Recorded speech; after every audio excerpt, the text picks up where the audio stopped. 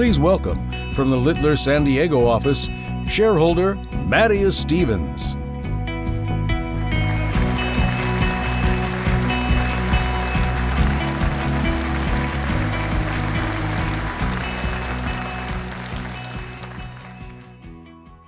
Let me tell you my story, one that shrinks when I'm afraid and expands when I'm brave.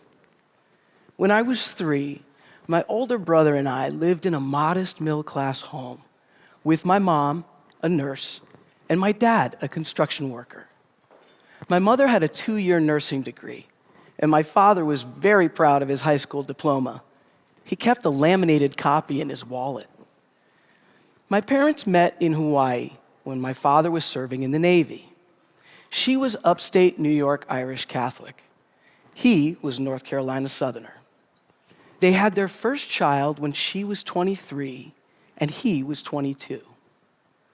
My brother and I were a blend of them. He looked more like her. I favored my father. We were both very clear about who we were at 3 and 4.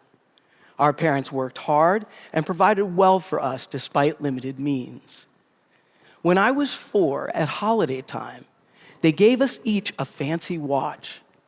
My brother got this super cool watch that had Prince Charming on it. It was super cool.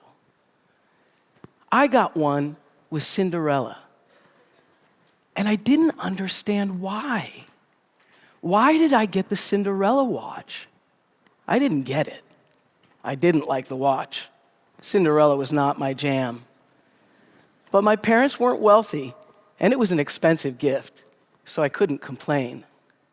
What I learned, what I knew at that moment, was my parents didn't really see me. They didn't understand how much like my father I actually was. The essence of who I was, who I am, was invisible to them. For the next decade, every day, I struggled to be seen as I actually am. I played every sport I could, even making the all-star team in Little League Baseball. And while my parents were beyond proud of my accomplishments, they still didn't understand who I was. Each day, I suffered the small cuts of being called by a name that made no sense and wearing a watch that I didn't understand. You see, I was AFAB, assigned female at birth, yet that is not and never has been who I am. As I railed against the dresses and the frilly pajamas, the world continued to view me with the wrong lens through childhood, into high school, and college. When I started practicing law more than 30 years ago in the midst of the AIDS crisis, there wasn't a way for me to simply be myself. So I let the world label me lesbian because that was as close as I could get. And trust me, you haven't lived until you've been run out of the women's restroom in a lesbian bar, even if it's the only restroom the law lets you use.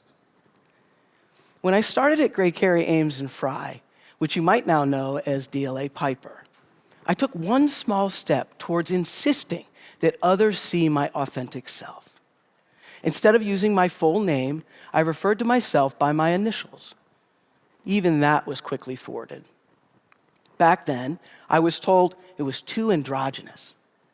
In 1992, there were no openly gay lawyers in San Diego. And I wasn't exactly gay anyway. So the world continued to look through the blurred lens that I couldn't figure out how to focus. Those were the days before the LGBTQ plus community.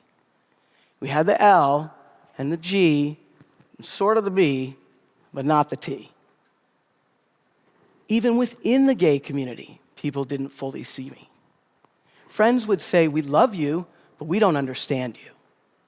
Striving to help people understand, as a community leader, I campaigned for acknowledgement of the T within the gay community, including the Gay Bar Association. Yet I was repeatedly told T was not part of the community. Still seen as a lesbian after Matthew Shepard was murdered, I had the privilege of introducing Judy Shepard at a community rally. After my remarks, a transgender woman came to me concerned. She anxiously told me, "You need to be careful, or they'll think you're one of us." There were many dark days for me in those years. Each day I battled over the simplest things, especially the bathroom.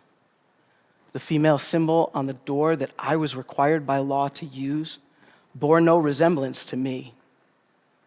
Like most transgender folks, I believed for all those years what the world kept telling me, that I was broken, unfixable, unworthy of being loved. Suicide attempts among transgender people are 18 times higher than the general population. Survival rates are particularly low for people my age. When I was a second-year lawyer, my mother died at age 52. When she died, I realized life is extremely short. And like my mother, I was dying by the injury of being unseen and yielding to invisibility. Each day hurt. Each day I suffered another wound, another cut. The cuts were adding up and taking a toll. It couldn't continue. I had to find a way to help people see me. It's often called transition, and it was a transition for my family and friends and coworkers. But that's not what it was for me. For me, it was an alignment.